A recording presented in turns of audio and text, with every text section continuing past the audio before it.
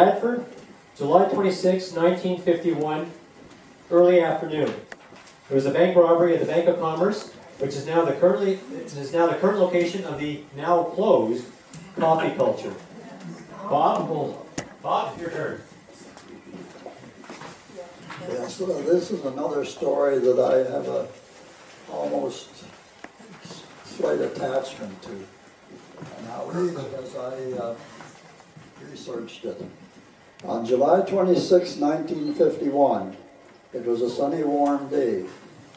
My younger sister Jean and I were cutting wheat. She was driving the tractor while I was on the grain binder. Meanwhile, in downtown Bradford, events were taking place that would stay in many people's memory for the remainder of their life.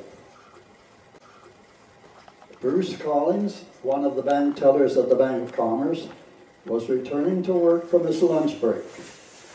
Everything seemed normal, but he noticed three men that were dressed in railroad striped clothing who were jostling on the street close to the bank.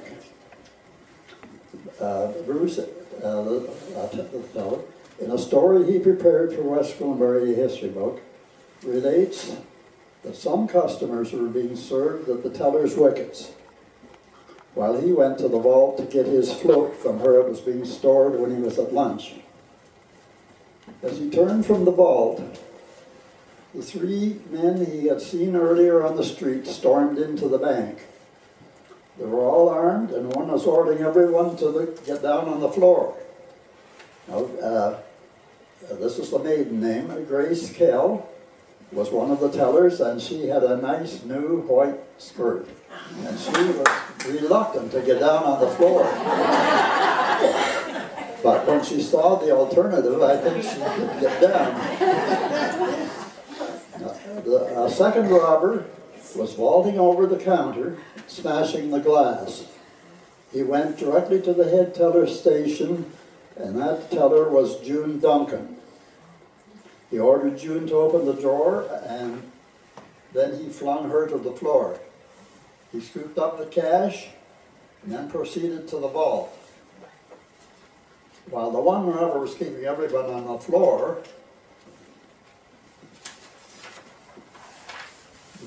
the third robber was stationed at the entrance to the bank and was calling out the elapsed time. 20 seconds, 30 seconds, 40 seconds, 50 seconds, and then 1 minute. He hollered, "Let's go." He remained at the door until the first two left, and then he followed them to a waiting 1951 Ford, where a fourth gang member was behind the driver's wheel with the engine running to make their getaway. Now at this time, the town of Bradford was being policed by the OPP, and they were in the process of moving their office, and it was located at partly in the northeast corner of Barry and Holland Streets, which is known as the Masonic Temple. And they were moving to the new township of West Gwillimbury building, located at the westerly limit of the town, which is now China Gardens.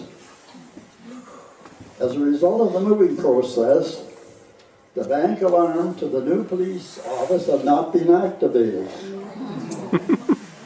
Now this is where I get slightly more. The telephone office, where my wife Doris was the manager and chief operator, was located a short distance west of the bank, and she was aware that the bank alarm had not been activated at the new police office. As it happened, Wilma Hansford, who worked at the telephone office, was making a trip to the bank, and seeing it was being robbed, she rushed back to the telephone office and reported it. And Doris immediately ordered one of the operators at the switchboard to alert the OPP. And at the same time, she rushed to the door and bolted it. She had just completed locking the door, and she noticed a getaway car speeding west past their office. Now, the first question asked by the OPP was which way were they heading? To which the switchboard operator replied, They're going west past here.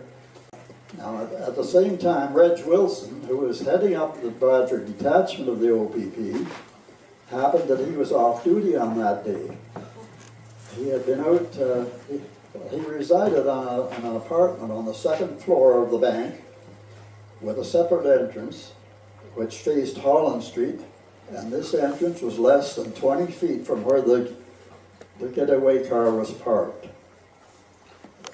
Sergeant Wilson was returning to the apartment after completing an errand and realized what was taking place. He rushed upstairs to the apartment, got his fully loaded service revolver, and returned down the stairs. As he opened the door, the getaway car was attempting to pull away from the curb, but a pickup truck was parked too close ahead of them, and as they were reversing to make room to get out, Sergeant Wilson fired all 6 shots in his revolver in the direction of the car. Apparently he didn't do much damage. The robbers were returning gunfire, and one bullet passed very close to Sergeant Wilson's head and splintered the door frame. And for years that, I don't know whether it's still there, but that door frame, the splinter was missing, and it was noticeable. The robbers sped west to the first cross street, which was Moore. They turned right, proceeded north 1 block to John Street, where they had again turned right, traveled the 1 block to Barry Street. Again turning right, they drove right past the bank.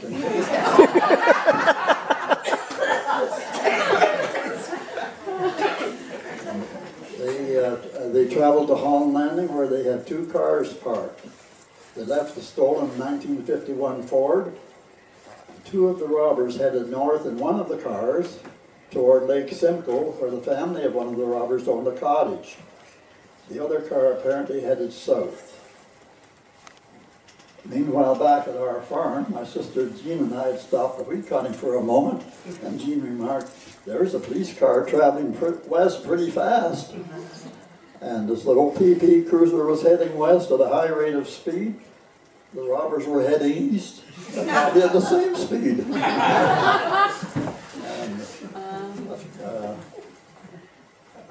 I checked the time, and it was approximately 2 p.m. A few days after the robbery, 2 of the suspects were arrested in Toronto and were charged with the robbery. And this shows you how fast justice was being done in those days. At a trial held in Bradford on August the 21st, less than a month later,